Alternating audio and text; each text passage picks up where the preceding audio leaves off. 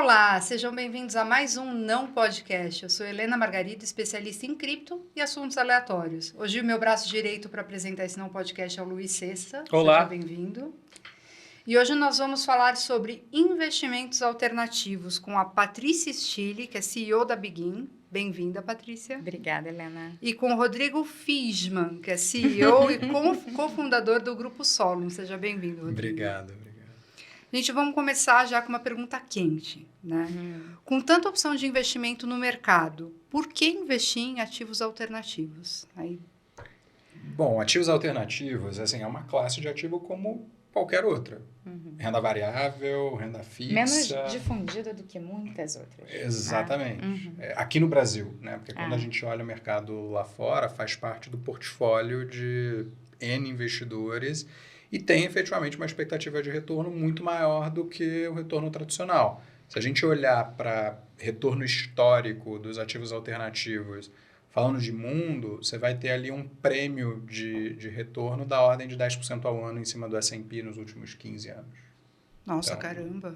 É bastante coisa. Naturalmente, é uma classe que você tem mais risco associado também, né? Exato. E um perfil de liquidez diferente. Normalmente, são aplicações, né? São posições que você assume olhando para um horizonte maior de tempo, né? A gente pensa, para quem que é ativos alternativos, né? Para quem tem visão de longo prazo. Né? Com certeza. Mas fato é que traz mais expectativas de retorno e é uma diversificação de portfólio, tem uma correlação, falando aqui usando termos técnicos, né? Mas olhando para a construção de uma carteira bem diversificada, faz sentido você incluir ativos alternativos, porque traz uma expectativa de retorno maior, diversifica mais a sua carteira e são ativos normalmente menos correlacionados com os outros ativos tradicionais. Isso. Então, explica para a gente o que são exatamente esses ativos alternativos e se dá para fazer algum paralelo com algum tipo de investimento que exista no mercado tradicional.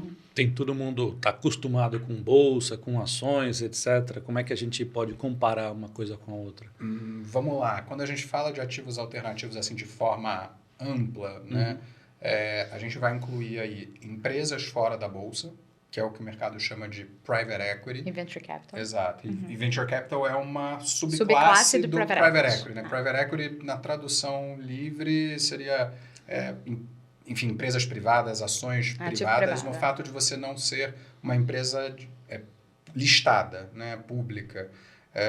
Então, a gente tem private equity e venture capital. Distressed é uma classe dentro de alternativas que é a parte de crédito estressado, que a gente conhece aqui como fundos imobiliários. Dentro de alternativos tem a parte de real estate também, mas acho que o que no final define melhor é pensar que em ativos alternativos você está investindo em etapas anteriores ao período de maturação natural que a gente está acostumado. Então, pegando o paralelo com o mercado, ações, como você falou, são empresas que já fizeram um IPO. Até ela chegar no IPO, essa empresa às vezes passou por uma jornada de 10, 20, 30 anos até fazer o IPO. Sendo financiada por investidores de forma privada. Né? Exatamente. Então, quando a gente fala de alternativos, o que eles têm em comum, todas essas subclasses aqui de investimentos alternativos que eu comentei, é que você, investidor, está entrando numa etapa mais incipiente daquela classe, seja daquele projeto imobiliário, seja das ações. Então, fazendo um paralelo, né? No caso de ações, investimento em participações de empresas. Quando a gente compra uma ação na bolsa, essa empresa ela já passou pela sua fundação, né? Vamos pegar talvez um exemplo aqui que a gente viveu, a XP. A XP foi fundada lá em 2001. Começou com o dinheiro dos sócios, foi crescendo, recebeu um fundo de private equity, depois um outro fundo de private equity, depois vendeu uma parte para um Itaú, um estratégico, e aí fez um IPO. Né? Então, teve toda uma jornada ali. Quando você vai hoje, compra uma ação da XP, você está comprando uma ação listada em bolsa, mas você poderia ter tido a oportunidade de investir num fundo de private equity que teria entrado numa etapa anterior da empresa para comprar uma participação dela antes dela chegar no mercado. E essa oportunidade justamente de você comprar antes da empresa amadurecer e já crescer, uma vez feitas boas escolhas, né, dessas compras de ativos, você tem naturalmente um potencial de retorno, como a gente está dizendo, muito grande, porque você consegue capturar o ganho dessa evolução do crescimento da empresa quando se culmina em histórias de sucesso. Exato. Mas aí a gente está falando de mercados que era aquilo que você estava falando, né, Patrícia? É um mercado muito mais arriscado, porque ele é menos regulado, ele é menos ou não regulado, né? Dependendo do... Na verdade, até em termos de regulação... É mais o risco da companhia mesmo. O risco da companhia e da maturidade, porque... Tem um pouco de liquidez também, né? Que precisa exato. ser precificado, né? Exatamente. Você não tem liquidez Exato. comparado ao mercado de bolsa. Porque transações privadas acontecem, né? Uhum. Agora que a gente vai ter uma evolução no mercado para conseguir ter secundário aí para empresas, né, de menor porte, digamos assim. Porém, naturalmente, como não está na bolsa, não é trivial você se desfazer de uma posição. Então, Sim. tem a questão de liquidez, mas o risco que você comentou é muito associado ao estágio da companhia. Até a gente vai explorar isso ao longo da conversa, mas quando você está numa startup muito em estágio inicial, né, aquele projeto que acabou de começar, que ainda está com um grupo, né? Startup PowerPoint, né? Nesse nível, né? Quando você está nesse ponto, óbvio que o risco é muito maior, porque, gente, qualquer empresa passa por vários ciclos de vida, momentos, e você vai tendo vários erros e ameaças ao longo do caminho, né? À medida que você valida o teu modelo de negócio, já gera receita, você vai comprando outros desafios e com uma série de riscos. Quando você vai amadurecendo o risco para o investidor, naturalmente é menor, porque a empresa já passou por estágios que podem ser mortais para a companhia. Exato. Né? E só para complementar a questão do regulado, o que a gente estava se referindo você tem como investir nesse mercado por veículos regulados pela CVM, etc. Mas sim também investir em empresas fora da bolsa. Tem casos de você, sei lá, investir na padaria, no restaurante de um amigo, etc., comprar a participação de uma empresa fora da bolsa de forma não regulada, de forma direta. Ou em vez disso, você pode dar a sorte, e aí, no caso de vocês, não é sorte, né? É competência, mas de chegar e investir em alguma empresa que vai virar um unicórnio lá na frente, vai valer mais de $1 bilhão e o teu investimento se incrementar também junto com o crescimento da empresa. Né? Com certeza. Isso aí. Legal. E, bom, agora falando de retorno, né? Eu falei de unicórnios, qual que é o tipo de retorno que dá para esperar desse tipo de investimento? Se a gente olhar assim, como tudo depende da janela que você olha, o que o investidor de private equity de alternativas vai de forma ampla demanda na média? Porque vamos combinar, tudo que a gente for falar aqui, gente, de investimentos alternativos, a gente vai ter um viés maior para private equity, né? Tudo Porque bem. é muito Sim, DNA sim. do grupo, né? Quando você olha de forma ampla, você pode falar ali de 30% ao ano, 40% ao ano de demanda de retorno em média. Obviamente que dependendo da janela que você vai olhar, como se você pegar uma janela do Ibov muito positiva, você pode ver o Ibov lá com uma média de 30% ao ano, enfim, dependendo da janela que você olhar. Então, mas fato é que, historicamente, em termos de prêmio do Ibov aqui no Brasil, os últimos 10, 12 anos, você está falando ali em torno de 10% de retorno adicional à bolsa, o mundo de private equity e venture capital. Tá? Aí quando você vai destrinchando, e aí é importante porque quando a gente fala do mundo de startup, tem muita gente que tem uma expectativa de retorno muito alta por causa das histórias de sucesso. Né? Eu gosto de fazer o paralelo com um jogador de futebol. A gente só conhece o valor do Neymar, né? Mas assim, quando você pega a estatística, você tem uma quantidade gigantesca de jogadores de futebol que, entre aspas, deram errado nesse comparativo com o Neymar. É o cara que está ganhando um salário médio ali, enfim.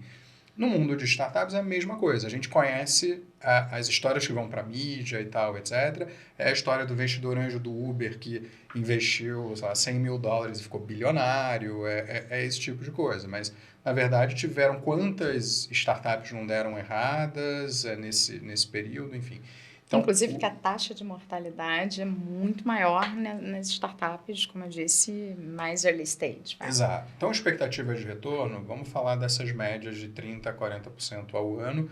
E no Brasil, especificamente, a gente teve uma janela muito positiva nos últimos anos, porque foi a evolução do mundo de venture capital aqui no Brasil. Até também por a gente conseguiu ter um desenvolvimento dos ciclos, né? As startups brasileiras conseguiram ir para a Bolsa.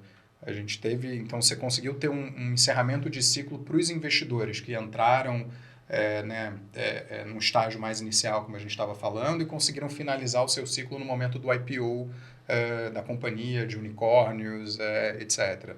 Então, quando a gente olha nos últimos anos, a gente tem uma média de retorno maior por causa desse período de amadurecimento no mercado, mas já tem muita gente de mercado esperando que esses retornos normalizem, que você caia mais para fugir um pouco dessa média, deve cair para a média, e a visão do investidor na hora que for olhar essa classe de ativo para investir precisa ser sempre assim, um prêmio de retorno em cima do que ele está acostumado, da ordem de 10% a 20% ao ano. Mas pegando esse gancho um pouquinho da Patrícia, quando ela fala que o índice de mortalidade é relativamente grande, né? Muito provavelmente isso deve se traduzir na necessidade de diversificar bastante, né, a carteira, porque aí você realmente vai ter pequenos retornos em uma grande parte dos seus investimentos e aqueles retornos que efetivamente forem lá na casa de dezenas de vezes é o que realmente vai compor esse retorno. Talvez fazendo um paralelo com o mundo de ações, que eu acho que muita gente conhece, né? Quando você monta ali um portfólio de ações, você tem, enfim, as blue chips, tem umas mid caps, as small caps, em alguns casos até micro caps, ali você vai distribuindo percentuais obviamente menores nas small caps e micro caps, eventualmente você dá uma pitada ali com uma opção de algum ativo específico, você tem uma expectativa maior. Fazendo um paralelo com o mundo de alternativos, talvez se você olhar assim, olha, o equivalente de uma mid cap para blue chip seria o private equity. Private equity mais estágio mais maduro, etc. Olhando um mid cap e small caps, aquelas startups mais maduras, que já tiveram já validaram seu modelo, já geram receita. Exato. E a opção seria a startup PowerPoint. A opção seria a startup PowerPoint e a microcap seria a startup early stage, já operacional, porém ainda não muito madura, ainda não com uma receita relevante. Exatamente. Tentando fazer uma equivalência. Porque aí eu acho, e esse deparo é importante, acho que foi um bom paralelo que você construiu, porque no final a diversificação é chave, sim, mas você ter uma base para fazer diversificação, sabendo que nas startups early stage, nas startups muito anjo, assim, que nem se tornaram empresas de fato operacionais, você vai colocar uma parcela menor do teu portfólio, é importante, né? Que aí o pessoal vai alocando o risco para conseguir fazer essa diversificação de forma adequada, buscando o retorno que você pretende para a parcela de alternativas do portfólio das pessoas, né? Que vai ter renda variável, vai ter renda fixa, vai ter outros ativos. Vai ter criptoativos. Cripto também. Tem que ter cripto. Isso aí. Legal. E agora explica pra gente o que é a Begin e o que é o Grupo Solon. Ou o que é o Grupo Solon e o que é a Begin. Não sei o que vem primeiro. Na verdade, o grupo veio primeiro. Veio primeiro, em 2018, né? Exato. Assim, longa história curta, nós dois trabalhamos juntos na XP, fomos sócios lá. E a gente, enfim, a XP ela trouxe muita democratização no mercado em diversos sentidos para investidores, para empresas, enfim. E a gente teve a sorte de acompanhar movimentos de mercado muito relevantes e ver os bastidores da construção de uma grande empresa que tem um DNA de distribuição e criou uma grade de produtos muito grande. E ambos trabalhamos nisso. Né?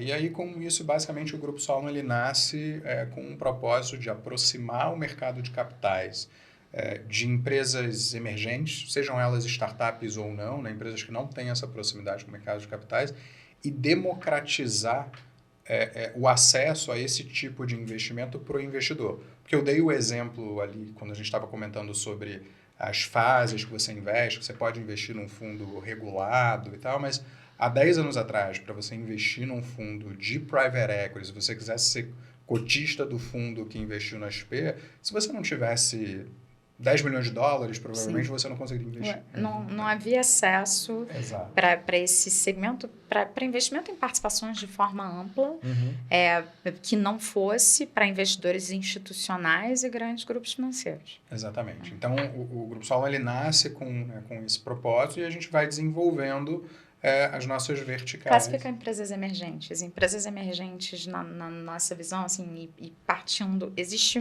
um mundo de oportunidades nesse nosso Brasil, né, gente? E, assim, saindo de Rio São Paulo. Sim. Vocês estão aqui o tempo todo recebendo gente de tecnologia, isso deve ser muito claro. E assim, antes de você chegar à Bolsa, tem vários estágios. Até por um viés... A gente teve muita oportunidade de ver esse mundo de oportunidades e o empresariado brasileiro. E como tem negócio interessante, oportunidade interessante que não está na Bolsa, por causa da nossa vivência ali de XP, que a gente rodou o Brasil inteiro, conversando com assessores de investimento, família, foi um super aprendizado, né?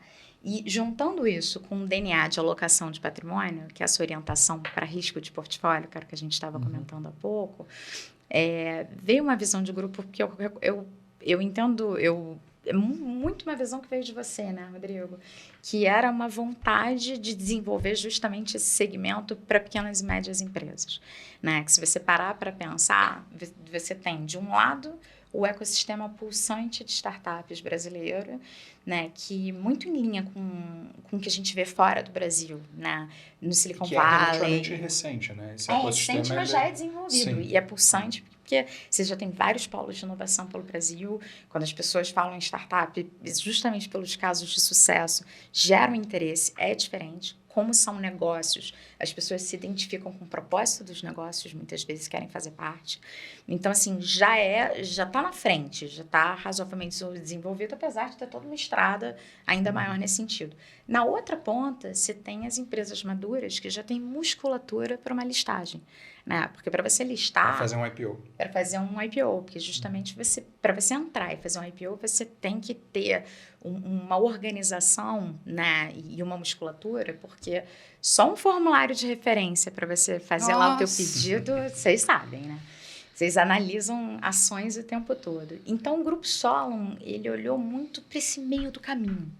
Quando já não é uma startup early stage, já é um negócio que gera receita, que está validado, e ainda não está no estágio de listar em bolsa tradicional. Né? Exatamente. E aí a Begin nasce para ser a plataforma de investimentos alternativos do grupo, para dar acesso a investimentos nesse perfil de empresas. Sejam elas empresas de tech, posicionadas como startup, sejam empresas da economia real. Enfim, independente de setor, a gente sempre vai estar procurando setores pulsantes e resilientes da economia, porque se a gente olhar até 2016, 17, a Bolsa representava, se você pegasse as ações listadas na B3, representava muito pouco da economia. Ontem até eu estava numa reunião com o pessoal do mundo de franquias, alguns números que eu não conhecia. O Brasil é o segundo maior mercado do mundo de franquias. Quantas empresas franqueadoras a gente tem listadas na B3? Acho umas 3, 4, e olhe lá.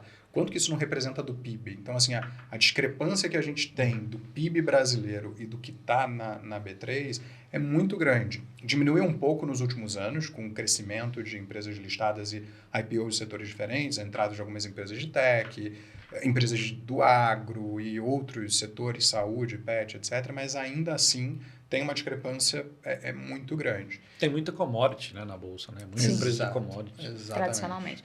E aí, assim, só pela, a Begin nasce um pouco olhando para esse mundo, óbvio que pelos limites da norma hoje, a 588 só permite empresas com faturamento anual de até 10 milhões. Um ponto importante deixar claro que a gente não falou, né? A Begin, ela é uma plataforma regulada pela CVM no âmbito da CVM 588, que é de equity crowdfunding. Né? E aí que tem esses limites. E uma vez a gente entrou olhando para um segmento de empresas um pouco mais maduro do que as startups, né, em estágio inicial. Nosso posicionamento desde o início foi olhar já empresa operacional, com faturamento de pelo menos seus 2, 3 milhões, né? E agora, com a espera aí da revisão da norma, né, a gente desde o início já esperava isso, a gente vai além, né, inclusive por causa do projeto da Begin.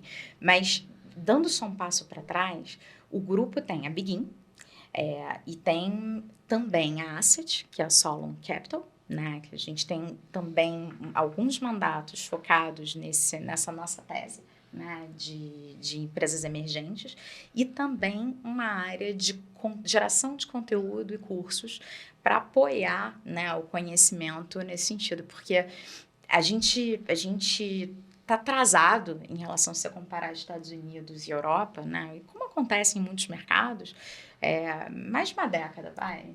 E nesse contexto, a parte e um aprendizado muito de XP, eu acho que valoriza muito o que vocês estão fazendo aqui com a Monet. Nesse contexto, a parte de conteúdo, de esclarecimento para o investidor, educação de forma ampla, é fundamental. Um dos pilares do crescimento da XP foi isso, a gente viu de perto.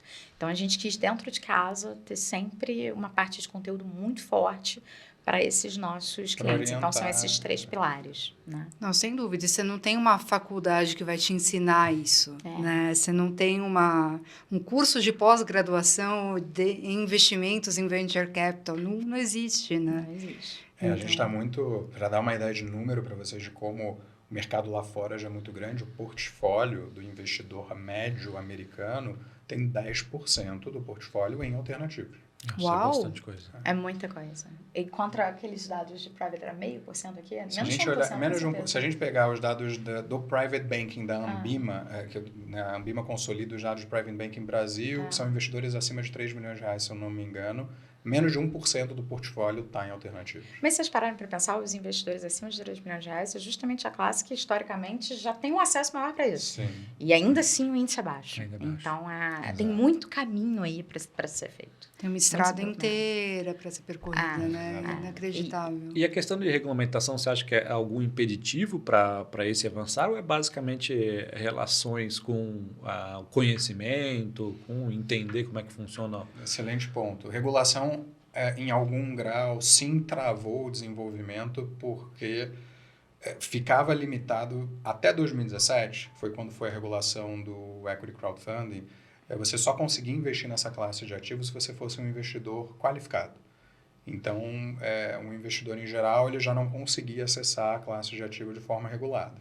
Em 2017, com a 588 que regulou o Equity Crowdfunding, aí você passou a permitir um investidor comum a acessar essa classe de ativo. Os fundos ainda estão restritos para o investidor qualificado, mas o mercado já baixou bem os mínimos, a gente já viu vários fundos saindo, mesmo limitado para o investidor qualificado, com mínimos de 25 mil, enfim, que ainda, comparado com os fundos de multimercado, bem mais razoável, mas ainda alto comparado com fundos de ações tradicionais, que tem mínimos às vezes de 1.000, 5.000, enfim. Mas a gente já viu um movimento da CVM de mudar isso. Eles fizeram uma pesquisa, lançaram uma pesquisa no mercado, acho que um ano e meio atrás, se eu não me engano, focado exatamente... Ano passado eles botaram resultado já. Com essa visão de mudar a regulação e permitir um acesso maior para esse tipo de fundo. Mas é importante destacar para os investidores essa questão do ser regulado. O ser regulado traz uma série de seguranças para os investidores, porque as instituições elas passam por um certo escrutínio para conseguir as suas licenças e assumem um conjunto de obrigações, né?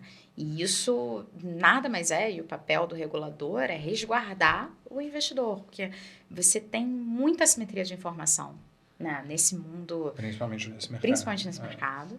Né? E mesmo no mercado de ações, você tem investidores em diferentes níveis de conhecimento. Então, essa estrutura regulada é muito positiva para os investidores, né? Uma das coisas acho que mais assim, interessantes quando a gente está falando de plataforma de crowdfunding e por que utilizá-las assim, como não existe assim, uma bolsa de startups, não é que nem comprar e vender ações na bolsa, existe uma série de documentação, né, que precisam ser analisadas. Imagine você que quer investir R$1.000 em uma startup, receber um contrato, vai ter que analisar aquele contrato. Se você quiser mandar para um advogado olhar, já são mais... Vai pagar mais que não seu tem- investimento, né? não tem mais nenhum econômico que para de pé. Então, Sem dúvida. a plataforma ela traz realmente essa segurança de já ter feito um estudo muito mais aprofundado com relação aos instrumentos jurídicos a serem utilizados. E é o que capacita realmente Assim, a pessoa a colocar R$1.000. Né? Com certeza. Sempre vai depender de plataforma para plataforma, Sim. né? O quão robusta essa análise, quão Sim. profunda essa análise varia, né? Uhum. Mas, sem dúvida, você tem um pacote completo feito para você e te desonera. Porque se fosse por conta própria fazer Não isso dá que você para falou, investir R$1.000. a conta não fecha. Exatamente. Né? E a gente na Begin tem um escrutínio muito grande, não só com perfil de setor, etc., mas na análise das empresas, desses documentos, na negociação dos documentos. E acaba apoiando as empresas, porque acontecem situações que a empresa é boa, o negócio é bom, tem potencial, mas a empresa não está arrumada para fazer uma emissão. Uhum. A gente já teve situação de olhar a contabilidade de empresa, o time de análise, e fazer voltar 2 anos de contabilidade.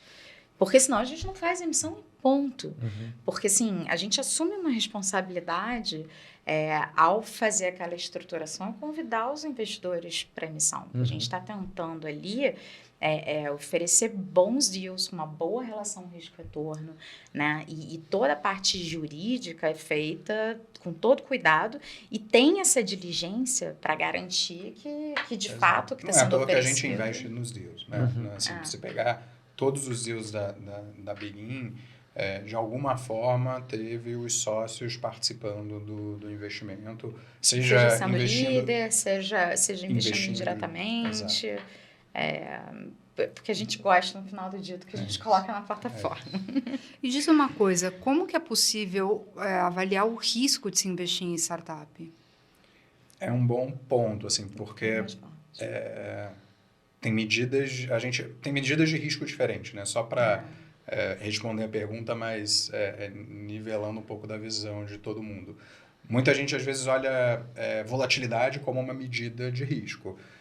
Não é uma medida de risco que a gente consegue olhar para esse mercado. Você não aplicável tem para esse precificação, mercado. cotação. Né? Exatamente. Então, dependendo da startup, se a gente está falando de um negócio early stage, se a gente está falando de um negócio já scale up, né, que já validou um modelo de negócio, está crescendo, enfim, as medidas de risco vão ser o seu processo de análise e os riscos que você vai olhar para mitigar no negócio vão ser diferentes, dependendo do estágio que a empresa está, né?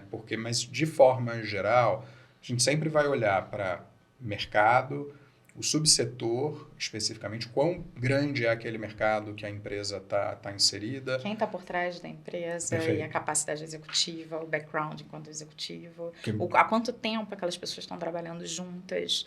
Porque ter fit cultural e fit para gerir negócio em conjunto não é uma ciência exata e não é trivial conseguir a produtividade, né? Com certeza. Em linhas gerais, quando, além de você ter uma questão macro, né, do mercado que aquela pessoa está inserida, como você estava dizendo, daquela empresa está inserida, como você está dizendo, se há um mercado que tem espaço, né, se há uma empresa que está num trend, que isso sempre ajuda, né, na essência, quanto menos madura, mais suscetível, né, a ter que passar pelas etapas que a gente fala de arrebentação, né, então o risco é maior, né, quanto menos madura, naturalmente, e muito a análise da capacidade operacional da empresa no que tange como é o time, qual o plano de negócio, qual o planejamento. É muito interessante, a gente vai entrar numa etapa já de falar do projeto do Sandbox. Eu não vou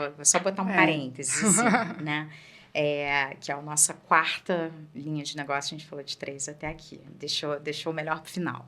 Mas é muito interessante que quando a gente fala, né, de listagem, né, nesse contexto, Ai, gente, eu me perdi, agora corta, só um minutinho. O que vai falar, Rodrigo? Faço a menor ideia. Você estava falando do nível de Volta, maturidade. pera, eu tô cansada. Não, é porque eu fiz o coisa do sandbox por causa... Você estava falando do quê? O que você falou antes? O mercado, o risco, aí você me cortou para falar Do estágio de empresa. Isso, do nível de maturidade, passar da arrebentação. Passar da arrebentação. Gente, eu perdi o fio da meada. Tinha uma coisa tão incrível para falar para você. Desculpa, corta. Imagina, Você não tem estava problema. querendo fazer um parênteses falando do sandbox, ou não? Não, sim, mas é porque tem uma relação da empresa quando ela vai... Eu me perdi. Vocês falaram uma coisa que eu tinha uma comparação de listagem para dizer. Eu tô tão cansada, desculpa. Fica tranquila. Hoje Se não você são os lembrar melhores depois, você dias. fala. Não tem problema. Mas o fio onde você pegou, onde ele vai editar? Mas acho que o ponto, assim, quando a gente olha para risco, né, você tem tem uma estatística que eu acho que dá uma noção geral para as pessoas interessante. Empresas que faturam de 3 a 5 milhões de reais ano, em média, com 2 anos de operação. Então, assim, se você já passou desse nível de faturamento e tem 2 anos de operação, a taxa de mortalidade é muito baixa, é de coisa de 2 a 3%. Não quer dizer que aquela empresa vai virar um unicórnio. Exato. Né? Mas ela não, a chance dela virar pó, pensando ali numa opção, né, de chegar no vencimento virar pó, a chance dela virar pó depois desse patamar é muito mais baixa. Então, olhando para risco, assim, abaixo desse patamar o risco é muito mais alto. E aí, dentro do paralelo que a gente fez para alocação, é você pensar nesse perfil de empresa como aquela parcela do portfólio que você compraria uma opçãozinha ali para ver o que acontece.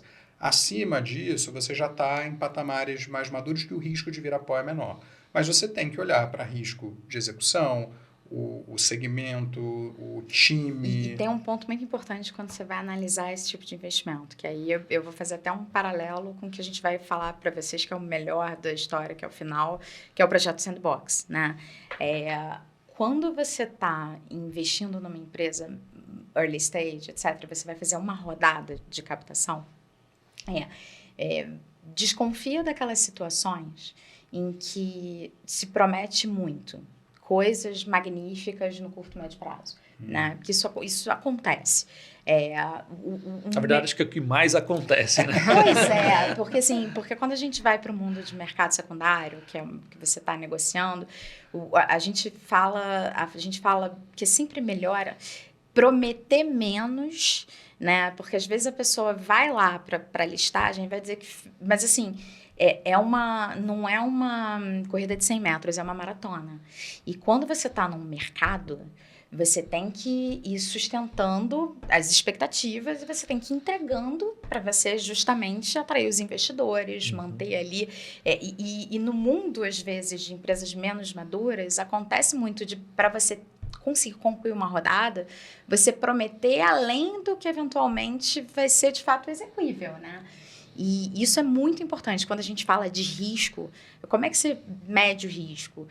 Você vê quem são os fundadores, você vê operacionalmente como é que a empresa está estruturada para entregar aquele planejamento que ela disse que vai. E se aquele planejamento é factível com o histórico que ela fez até então. Porque se a empresa faz um histórico até então de uma tal forma e promete muito mais para frente, o que vai pautar aquilo? Né? E questionar isso nesse sentido é muito construtivo. Com certeza. Né? E na Begin, inclusive, a gente tem uma seção de riscos, mas não aquelas letras miúdas, né? Enfim, mas separando ali os tipos de risco que aquela empresa está inserida para você poder avaliar dentro desse contexto que a Paty falou. Até pegando o gancho, assim, como é que vocês fazem para selecionar as empresas que vão para a plataforma da Begin? Ótima pergunta. Bom, a gente tem uma visão, óbvio que isso vai sendo ajustado de tempos em tempos com relação a momento de mercado que a gente tem, ciclos econômicos, enfim. Mas, de forma geral, a gente tem uma visão de olhar para setores resilientes. Quais são os setores que têm menos impacto a ciclos econômicos, a recessões, etc. Lembrando que são posições de longo prazo. Então, a gente tem que Exato. olhar através dos ciclos. Né? Exatamente. Então, a gente analisa cesta de consumo do brasileiro nos últimos anos, o que teve mais impacto ou menos dentro de crises, etc. A partir disso, a gente seleciona determinados setores, que são os setores-alvo que a gente vai buscar ativamente empresas naqueles segmentos. Isso. Aí, a partir disso, quando a gente encontra uma empresa naquele segmento que a gente quer investir, porque entende que é um segmento que vai ter crescimento consistente, que é um setor resiliente, etc., aí a gente vai olhar para o micro da companhia. Como a gente estava comentando, os fundadores, o time de executivos, a política de incentivo desses times, o histórico de execução. Esse plano de crescimento está coerente, Exato, né? exatamente. Quantas empresas mais ou menos chegam para vocês analisarem assim? Quanto que vocês como é que é o Como é que é o funil de Esse, vocês? eu gosto dessa pergunta pelo seguinte, assim, você vê no mercado, muita gente, olhei 1.000 empresas. Assim, na verdade é o seguinte, bateram 1.000 pitch decks ali. Sim. E você filtrou, isso aqui não faz sentido olhar, está fora da minha tese, enfim. Mas assim, fato é, empresas que... Então, chegam, a gente recebe, né, mais de 1.000 empresas por ano interessadas em captar recursos, enfim. A gente efetivamente, para investir em a gente pega para analisar o time ali, entrando no detalhe, que se enquadram nesses segmentos, para fazer investimento em a gente vai olhar para 50. Olhar efetivamente de fazer um deep dive de análise, falar com o time, etc. Então, essas 1.000 já caem para 20. Caramba! Exato, exatamente. E vem desde os canais, né? Como que você consegue acessar a Begin, né? Tem desde o canal no site, que o pessoal procura uns sócios via LinkedIn, vem gente conhecida, chega empresa para a gente de todo lado, até porque o network no mundo de empresários está aumentando cada vez mais. Mas bacana que eu acho legal, que a gente tem um direcionamento, né, para essa análise setorial, né, para olhar na economia de forma como um todo, mas a gente tem uma visão um pouco mais ampla e mais agnóstica no sentido de que tipo de negócio a gente traz.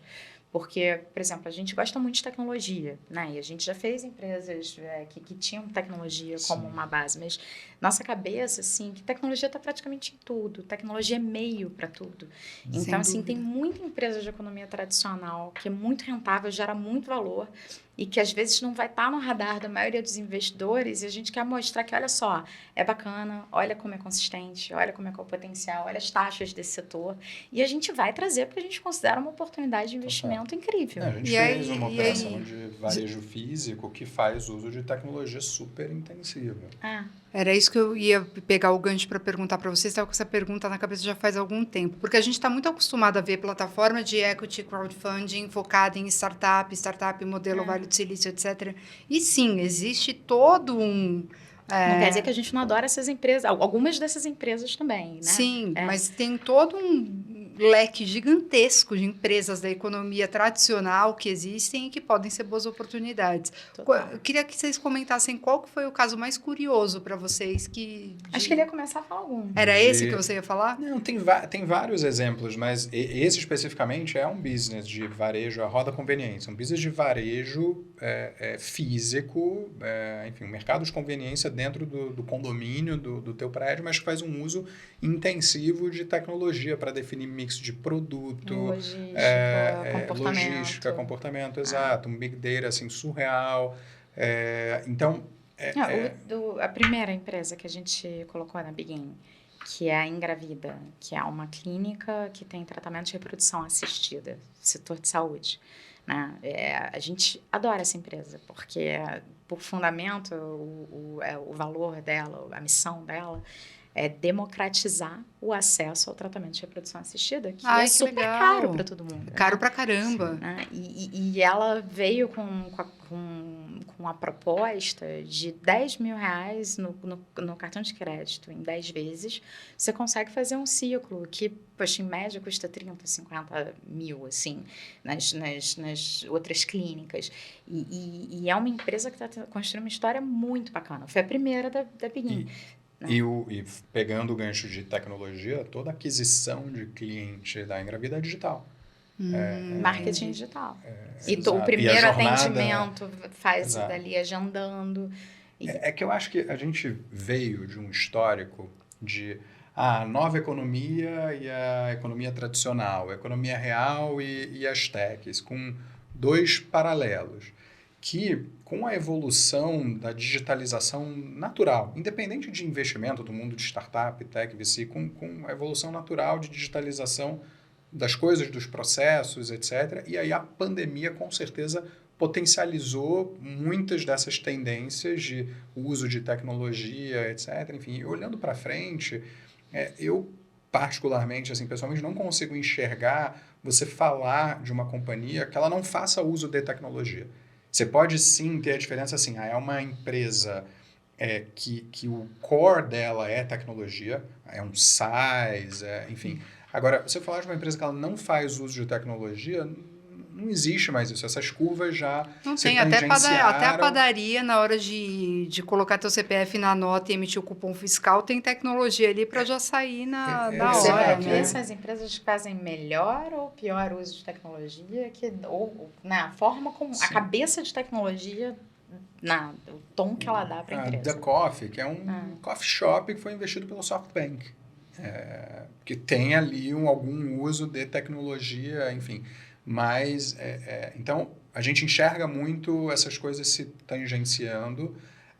A gente teve empresas na Begin, a Company Hero, por exemplo, foi a segunda empresa que a gente lançou na Begin, que faz super uso de tecnologia, um modelo que tem um mix de online e offline, mas o online ele é muito, muito, muito forte, e ela cresceu, escalou e segue um caminho mais perfil startup em termos de crescimento, aquela coisa do double, triple, enfim. Mas tem desde esse perfil até o perfil, como a gente comentou, da Roda Conveniência, de varejo físico, da Engravida, que tem as clínicas físicas, mas todos fazem uso de tecnologia. A rodada que está agora é interessante. Você tem... A própria Padaria Pet, que está agora, que tem o físico, tem o... Como é que é? Padaria Pet? Padaria Pet. Ah, mentira, sério? Total. A gente ama o setor. Né? A empresa, inclusive, tem seu próprio mascote, o Guia. A gente tem, o único... A Begin tem o próprio mascote. A Padaria Pet tem os mascotes dela. Sem dúvida. A Begin, a nossa empresa, tem o próprio mascote. Eles até brincam, porque no contrato de aluguel do nosso escritório está lá o nome dele e ele pode entrar no escritório. Vocês terem noção do tamanho da paixão. E aí, assim, mas brincadeiras à parte, a gente é bem entusiasta do setor, que tem estatísticas ótimas, assim. E a gente ficou paquerando muitos cases para chegar na Padaria Pet, de fato, e eles comercializam e produzem, né, artigos, né, para alimentação. De alimentação ligado à humanização. Então, se você tem teste. Legal. A minha teve que ir para o interior porque ela não cabia mais no quintal da minha casa, infelizmente. Mas quando você quiser ir para o interior tomar uma cerveja com ela, você pode comprar uma cerveja. Cão Lourado. Ah, eu já comprei. Já comprei. Que legal. Então, o produto eles fazem. Tem pipoca para cachorro, tem umas coisas muito legais, assim. E isso fascina as pessoas. Todo mundo tem cachorro, gosta muito da coisa, né? E quando a gente fala do case, o pessoal se encanta, né? Tá aberta a rodada na plataforma. Nossa, que legal. E dizem que pet e criança são dois setores que as pessoas, elas consomem quase que irracionalmente, né? Pet, criança e casamento. E casamento também? Casamento também. Pode lembrar aí das suas amigas que ficam ensandecidas. Tá vendo os setores aí que a gente já trouxe, né? Criança, engravida, Padaria Pet. Então, nossa análise ali setorial é bem por aí. Sensacional. Bom, e agora, o tão aguardado, mercado secundário. A cereja do bolo. A cerejinha do bolo. Mercado secundário de startups. O que vocês podem adiantar para a gente? O que deve sair? Bom, como que está o andamento das coisas? Quando que deve sair? Como que está? Perfeito. A gente no grupo explicou que a gente tem 3 áreas hoje, né? A Begin, a Asset, a Solon Capital, a gestora, e também essa nossa vertical de educação e conteúdo. A gente aplicou para o sandbox regulatório, né, que a CVM realizou, o resultado saiu em setembro do ano passado, né, para a gente montar, na prática, um mercado de ativos digitais. Né? A gente conseguiu uma licença e montou a B4, né, que é balcão de empresas emergentes, né? E na B4 vai ser possível negociar ativos de empresas, né, de faturamento ano de até 300 milhões de reais. Uau. Ou seja, na realidade, 10 a 300 milhões de reais. Então, a gente pega bem essa lacuna que a gente estava explicando. Nossa, entre esses dois mundos, né? Em e são negociações de emissões antes feitas pela Begin, né? Depois a gente vai explicar com calma essa relação, em rodadas de até 100 milhões de reais. Então, a gente consegue fazer, por causa desse projeto que a gente aplicou no Sandbox, a gente aplicou pela Begin, né, montando a Before, que ganha aí uma licença temporária para construir um mercado organizado, que não é simples intermediação entre você quer comprar e vender, eu vou juntar as pontas. Né? É um mercado organizado de fato. Né? Inclusive, é a única empresa hoje no Brasil que tem licença perante a CVM para operar esse segmento de mercado. É a Before. Né? Um pregão, igual você tem o pregão da B3, você vai ter o pregão ali da Before. Da Before, né? Exato. E a Before, ela funciona em conjunto com a Begin, nesse pedido que a gente fez, e a gente conseguiu um conjunto de dispensas. Porque a Before, enquanto mercado organizado, ela respeita a norma da 461, que é a mesma de bolsa, a mesma da B3. E a Begin está no âmbito da 588. Sendo que qual é a diferença prática, assim? Né? Você lista para negociar na Before, né? Mas lembra do IPO, que você tem o book building, o processo de rateio, e aí depois você marca o dia para o início das negociações na bolsa? Toda essa lógica do book building, etc., acontece, no nosso caso, numa oferta, numa rodada na Begin, numa oferta pública na Begin. Então, qual é o processo? A gente lança uma oferta na Begin, e aí, nesse caso, a Begin tem uma licença diferente das outras plataformas, por causa dessa aprovação no Sandbox, tá? De conseguir fazer empresas de faturamento anual até 300 milhões. Então, a gente realmente está indo para o nosso posicionamento pleno, que a gente queria desde o início, de olhar para esse gap de mercado. Então, a gente faz empresas maiores, né? As empresas que a gente chama de empresas emergentes, em rodadas de até 100 milhões. Naquela lógica do primeiro que entra, né? O primeiro que liquida a posição, tem a posição garantida, acabou a rodada, né? Dá ali os 7 dias que precisa, rodada concluída com sucesso, dá os 7 dias que, na norma da 588, pessoal, os últimos investidores podem vir a cancelar alguma coisa, marca o dia da listagem, começa a negociação na Before, daquela empresa. Então, através da Begin, o investidor que entrar, né, nessas emissões que estão ali carimbadas para ir para a Before, naturalmente ele vai poder negociar os ativos que ele vai comprar no secundário logo depois do fechamento da rodada. E aí é tanto os investidores atuais daquela rodada, quanto alguém que nem entrou, qualquer investidor pode entrar lá. Você vai no pregão, né, você fez o IPO, digamos assim, da empresa, né, a oferta, a rodada ali até 100 milhões. Fechou a rodada, abriu o primeiro pregão, aquele ativo vai estar listado na Before. Qualquer investidor do mercado vai poder entrar no pregão e participar do pregão, comprando, vendendo. A diferença é que ele vai ter que se cadastrar, inclusive através da Begin. O processo de cadastro é um cadastro um pouco mais completo, porque como a Before é mercado organizado, né, com a 461, né, os clientes que entram, né, através de intermediários, e nesse caso a Begin figura como intermediário, trazendo os clientes, a gente vai ter vários outros intermediários. A Before é um projeto inclusivo, tá, gente? Só que ali no início, né, a primeira emissão sai pela Begin. E aí, faz esse cadastro mais completo do que a média do que os crowdfundings, que é cadastro corretora, que o pessoal já está acostumado. Né?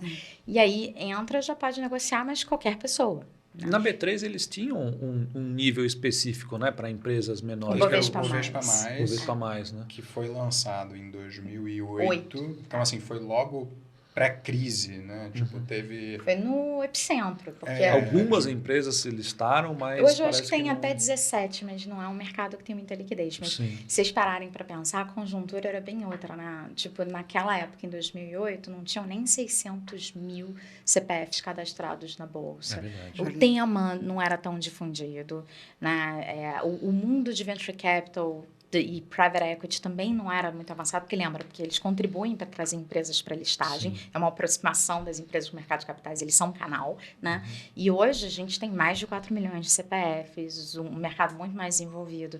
Agora, um tempo atrás, quando os juros caíram muito, o mercado como um todo, as empresas de wealth management, o investidor de forma geral, começou a olhar para outras classes de ativos. Então, o Sim. interesse por esse tipo de investimento aumentou muito. E foi meio que um caminho sem volta, apesar dos juros ter voltado bastante, entendeu? Sensacional. Gente, muito obrigada pela presença de vocês aqui hoje. A gente vai Obrigado a encerrar vocês. por aqui, infelizmente, porque esse papo a gente poderia agora começar a entrar em criptoativos, em coisas que muito me interessam, mas vai ficar para uma próxima. E muito obrigada a vocês que acompanharam o nosso podcast de hoje. Não esqueçam de seguir a Monet nas redes sociais, @InvistaMonet com 2 T's, e até!